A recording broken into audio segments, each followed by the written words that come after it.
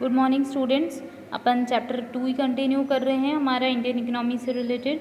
तो features, problem, policies पढ़ने वाले थे अपन। तो बेटा अपन जो टॉपिक पढ़ने वाले हैं it is related to green revolution. जैसा कि आप लोग जानते हैं कि हमारी जो इकोनॉमी है इसमें क्या हो रहा था, जब इंडिया इंडिपेंडेंट हुआ उसके बाद हमने ज़्यादा फोकस किसके ऊपर कर दिया था, एग्रीकल्चरल प्रोडक्शन पे। ठीक है, अपन ने कहा कि उसको एग्रीकल्चर को अपन स्ट्रॉन्ग पॉइंट है उसको और स्ट्रॉन्ग बनाएंगे। ठीक है, बट इतना इंक्रीज़ नहीं हो रहा था, तो फिर हमने बेसिकली अलग अलग टाइप के रिफॉर्म्स किए, मीन्स कुछ चेंजेस लेके अपनी टेक्निक्स के अंदर लोगों को अवेयर करा, प्लस उनको जो है अलग अलग टाइप की फैसिलिटीज़ दी, अच्छे वैराइटीज़ के सीड्स अवेलेबल करवाए। तो इसके लिए स्टेप बाय स्टेप वर्किंग हुई थी। तो first step was green revolution. इसका बहुत ही बड़ा अच्छा इम्पैक्ट पड़ा था अपनी इकोनॉमी के अंदर, प्रोडक्शन के अंदर। सो डिस्कस करते हैं टॉपिक। तो सबसे पहले it focuses on improving the production technique. मतलब ग्रीन रिवोल्यूशन होता क्या है, तो बेसिकली फूड ग्रेन का प्रोडक्शन हमको इंक्रीज़ करना है by way of using high yield variety of seed. मतलब ऐसे सीड्स का यूज़ करना है जिनकी हाई यील्डिंग हो। ठीक है, प्रोडक्शन हमारा थोड़ा सा अच्छा हो पाए, अच्छी वेराइटी के जो सीड्स है उनका हमको यूज़ करना है, प्लस फर्टिलाइजर्स का यूज़ करना है, what ever is the requirement. ठीक है, जो भी रिक्वायरमेंट उनको फुलफिल करना है, तो उसके लिए गवर्नमेंट ने वर्किंग स्टार्ट की थी। तो बेसिकली ग्रीन रिवोल्यूशन जो होता है वो फोकस किसके ऊपर करता है, it focuses on improving the production technique. Means you have to increase your technique of production. Means the method which you are going to use for production work should be in improved way. And the productivity in agriculture, मतलब हमको हमारी productivity को भी enhance करना है। मतलब हमारा production क्या होना चाहिए, बेसिकली इंक्रीज होना चाहिए। So doctor M S. Swaminathan and the Norman Borlaug, जो एक मैक्सिकन साइंटिस्ट है, इनको क्या बोला जाता है, फादर ऑफ ग्रीन रिवॉल्यूशन। मतलब कि इनको बोला जाता है कि ये फादर है, मतलब ये जनक है। इन्होंने ही क्या करा था, ग्रीन रिवॉल्यूशन का जो है वो स्टार्ट करा था, या फिर ये बोल सकते हैं कि ये फादर बोले जाते हैं। और इसके साथ साथ जो फर्स्ट टाइम ये जो ग्रीन रिवॉल्यूशन वर्ड है, ये फर्स्ट जो यूज़ हुआ था वो 1958 में हुआ था विलियम जेन के थ्रू। ठीक है, ये चीज़ आप लोग समझ गए होंगे, ये एकदम बेसिक कॉन्सेप्ट था। अब अपन जो पढ़ने वाले हैं बेटा वो है ग्रीन रिवॉल्यूशन के फीचर। तो ग्रीन रिवॉल्यूशन जो हुआ था, ठीक है, उसके क्या क्या फीचर्स है। तो one is that HYV seeds, means we have to use all high variety seeds. ठीक है, जो भी हाई यील्डिंग करते हैं ना, हाई यील्ड मतलब जिससे प्रोडक्शन अच्छा हो, हाई यील्ड प्रोवाइड करे। ठीक है, प्रोडक्शन इंक्रीज हो, इस टाइप के सीड्स का हमको यूज़ करना है। बेसिकली आप सोचोगे किसी भी क्रॉप का प्रोडक्शन करना है तो सीड शुड बी मस्ट। ठीक है, सीड सबसे बेसिक चीज़ होती है, और अगर सीड्स ही हमारे अच्छे नहीं होंगे तो प्रोडक्शन अच्छा हो पाएगा क्या, ऑब्वियस सी बात है, नहीं हो पाएगा। ठीक है, तो हमने जो सीड्स यूज़ करे थे वो कौन से थे, हाई यील्डिंग वेराइटी के सीड्स थे।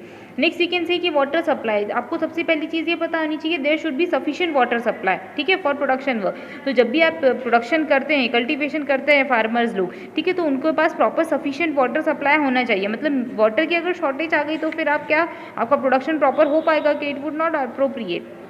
Next we have to make scientific rotation of the crop. आपको पता है क्रॉप का रोटेशन होता है एक स्पेसिफिक टाइम के अंदर, जैसे 6 मंथ का टाइम होता है, उसके अंदर क्रॉप का क्या होता है, रोटेशन। मीन्स अपन क्या करते हैं, वेदर एटमोस्फेरिक कंडीशंस वगैरह देख के करते हैं। प्लस हमको यहाँ पे देखना है कि लैंड की जो फर्टालिटी है वो भी मेंटेन्ड होनी चाहिए। ठीक है, लैंड को आप कंटिन्यू अगर यूज़ करते रहोगे तो वो क्या होती जाएगी, उसकी फर्टालिटी भी डिक्रीज हो जाती है। तो हमको क्या करना है, फोकस करना है that there should be the scientific rotation of crop. मतलब क्रॉप का आपको रोटेशन करना है जिससे फर्टालिटी मेंटेन हो। Next, to promote research in development. आपको पता है कि हर एरिया के अंदर अलग टाइप की जो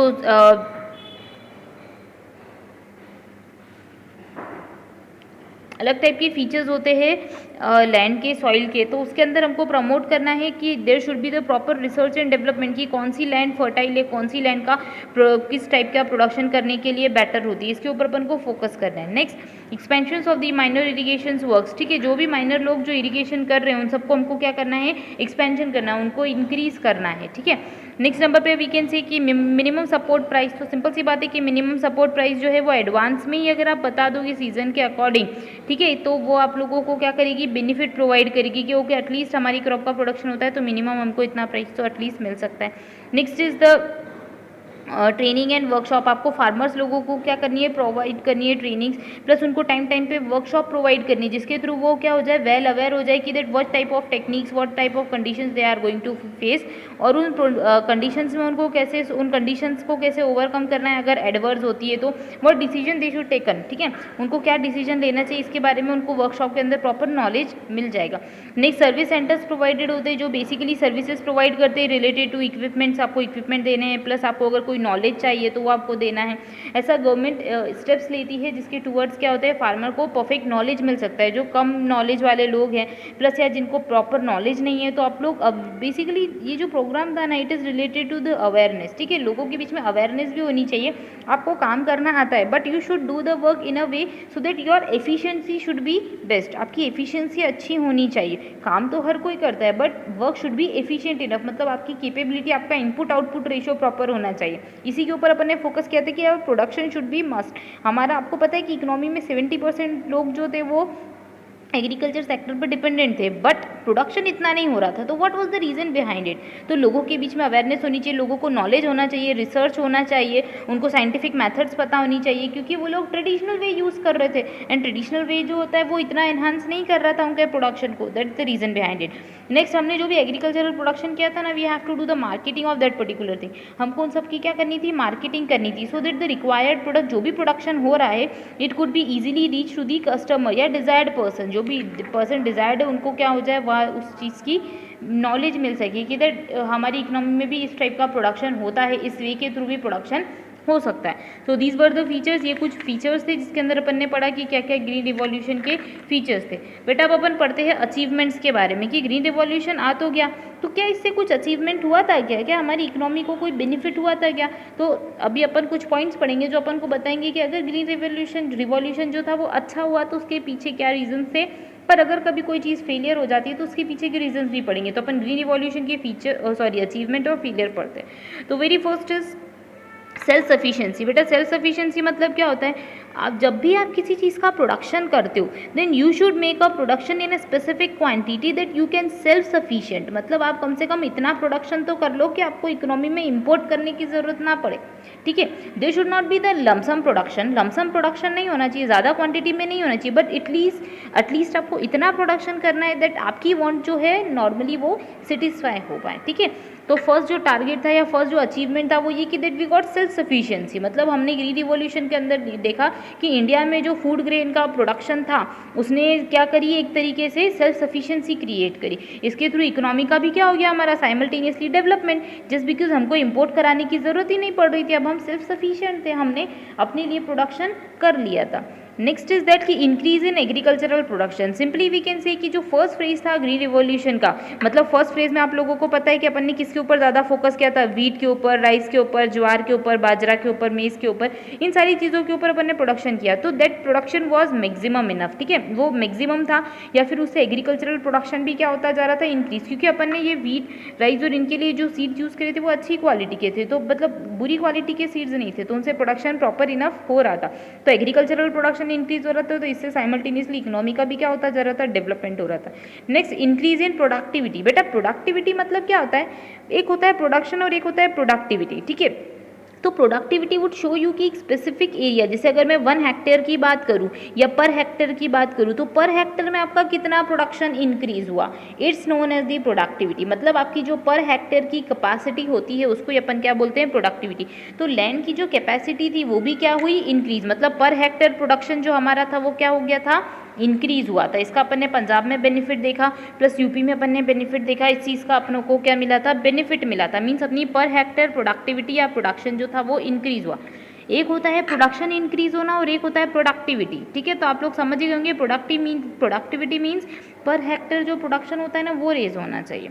नेक्स्ट वी कैन से कि increase in employment. We can simply say कि इससे रिसर्च डेवलपमेंट, प्लस हमने मल्टी क्रॉप प्रोग्राम्स रखे थे जिसमें हम क्या करते थे, मल्टीपल क्रॉप्स का प्रोडक्शन करते थे और हाई यील्ड वेराइटी के सीड्स का अपन ने प्रोडक्शन करना स्टार्ट हुआ, तो इससे इंक्रीज हुआ एम्प्लॉयमेंट। देखो अब बेटा कैसे इंक्रीज हुआ, आप सोचो पहले क्या होता था कि प्रोडक्शन, अभी की अपन नॉर्मली बात करें तो अगर आपका प्रोडक्शन इंक्रीज होता है तो आपको ये समझ में आता है कि आपको स्टोर करने के लिए ज़्यादा जगह चाहिएगी, सिंपल सी बात है।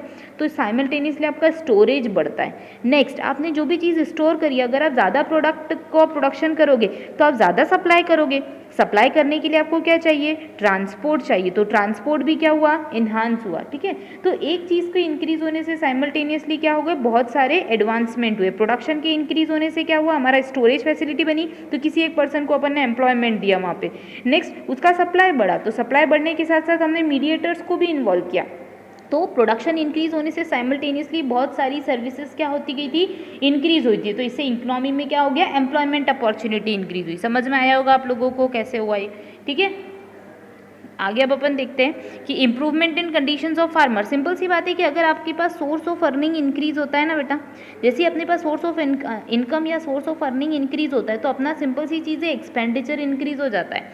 और हमेशा याद रखना कि इकोनॉमी के अंदर जब एक्सपेंडिचर इंक्रीज होता है तो इकोनॉमी में मनी का रोटेशन इंक्रीज हो जाता है, ठीक है। तो अपना स्टैंडर्ड ऑफ लिविंग ऑटोमेटिकली क्या हो जाता है, इंक्रीज हो जाता है। तो दैट वाज द बेनिफिट, क्योंकि प्रोडक्शन इंक्रीज हुआ, फार्मर्स के पास अर्निंग होने लगी, उन्होंने सेविंग करना स्टार्ट कर दी, प्लस साइमल्टेनियसली उनका क्या होता गया, जो अपना इकोनॉमी के अंदर फार्मर्स लोगों का जो स्टैंडर्ड ऑफ लिविंग था वो भी क्या होता गया, इंक्रीज होता गया। तो ये अच्छी बात थी अपनी इकोनॉमी के लिए। नेक्स्ट अपन बात कर सकते हैं import substitute and export promotion. Simple सी बात है, इम्पोर्ट सब्सटीट्यूट आप समझते हैं कि जो भी प्रोडक्ट को अपन इम्पोर्ट कर रहे हैं, ठीक है, तो अपन को उसको इम्पोर्ट नहीं करना, we have to make its production in our country only, जिससे उसका क्या हो सके, सब्सटीट्यूट अपन उसका अवेलेबल कर सके, ठीक है। तो जो भी प्रोडक्ट आपकी रिक्वायरमेंट के अकॉर्डिंग आप इंपोर्ट करते हो, you have to make it substitution, आपको उसका सब्सटीट्यूशन का इकोनॉमी में खुद से ही प्रोडक्शन करना है। तो उससे आपका इंपोर्ट क्या हो जाएगा, रिड्यूस। जैसे इंपोर्ट रिड्यूस होता है ना, उसका साइमल्टेनियस इफेक्ट क्या पहुंचता है, इंपोर्ट रिड्यूस होता है, मतलब हमको इकोनॉमी में क्या करना है, एक्सपेंडिचर भी हमारा क्या हो जाएगा, मतलब बेसिकली देखा जाए तो इंपोर्ट इंक्रीज होगा तो हमारा इकोनॉमी से हमारी करेंसी जो है वो बाहर कम जाएगी। और जैसे ही एक्सपोर्ट का प्रमोशन होगा, मतलब हमारा प्रोडक्ट बाहर जाएगा, तो जैसे ही बाहर जाएगा तो साइमल्टेनियसली दूसरी जो कंट्री है, फॉरेन कंट्री है, उनका प्रोडक्ट उनकी जो रुपए हैं, ठीक है, उनकी करेंसी है वो अपनी इकोनॉमी में आएगी। तो इससे क्या होगा, अच्छा बेनिफिट होता है इकोनॉमी को। कैसे, क्योंकि बाहर से पैसे अपने पास आने चाहिए पर अपने पास से पैसे बाहर नहीं जाने चाहिए। सिंपल सी चीज़ है इकोनॉमी पॉइंट ऑफ व्यू से, ठीक है। तो सब्सटीट्यूशन करना है अपन को, सब्सटीट्यूट गुड्स प्रोड्यूस करने हैं जिनका अपन इंपोर्ट कर रहे हैं उनका, प्लस अपन को गुड्स को एक्सपोर्ट करना है। Next is benefits to industrial sector. क्या इंडस्ट्रियल सेक्टर को कोई बेनिफिट मिला था? तो सिंपल सी बात है बेटा, आप सोचो अगर कोई फार्मर ज़्यादा प्रोडक्शन कर रहा है तो रॉ मटेरियल जो भी फार्मर प्रोड्यूस कर रहा है वो रॉ मटेरियल की फॉर्म में किसके पास जा रहा है, इंडस्ट्री के पास जा रहा है। तो आपका रॉ मटेरियल क्या हो गया, इंडस्ट्री के लिए इनपुट क्या हो गया, इंक्रीज। तो इंडस्ट्रियल सेक्टर को भी क्या मिला था, एडवांस। अब उनको ज़्यादा मटेरियल मिल रहा है तो वो ज़्यादा प्रोडक्शन करेंगे, ज़्यादा प्रोडक्शन करेंगे तो ज़्यादा सप्लाई होगा, इकोनॉमी के अंदर प्रोडक्शन सफिशिएंट होगा, तो लोगों को चीज़ जो है वो नॉर्मल रेट्स के ऊपर, स्पेसिफिक रेट्स के ऊपर अवेलेबल हो जाएगी। तो इसका बेनिफिट किसको मिला, इंडस्ट्रियल सेक्टर को भी मिला, बिकॉज प्राइमरी सेक्टर जो होता है या एग्रीकल्चर सेक्टर जो होता है, it is the base for industrial sector. I hope you got it. Next, rise in the standard of living, as we earlier discuss की, जैसे इकोनॉमी के अंदर आप लोगों के पास पैसे आने लगते हैं, आपका स्टैंडर्ड ऑफ लिविंग ऑटोमेटिकली क्या हो जाता है, हाई हो जाता है। So that these are some benefits, ये कुछ बेनिफिट्स के पॉइंट्स थे जो अपन ने पढ़े ग्रीन रेवोल्यूशन में। बेटा अपन नेक्स्ट वीडियो में पढ़ेंगे failures of green revolution. Okay, thank you.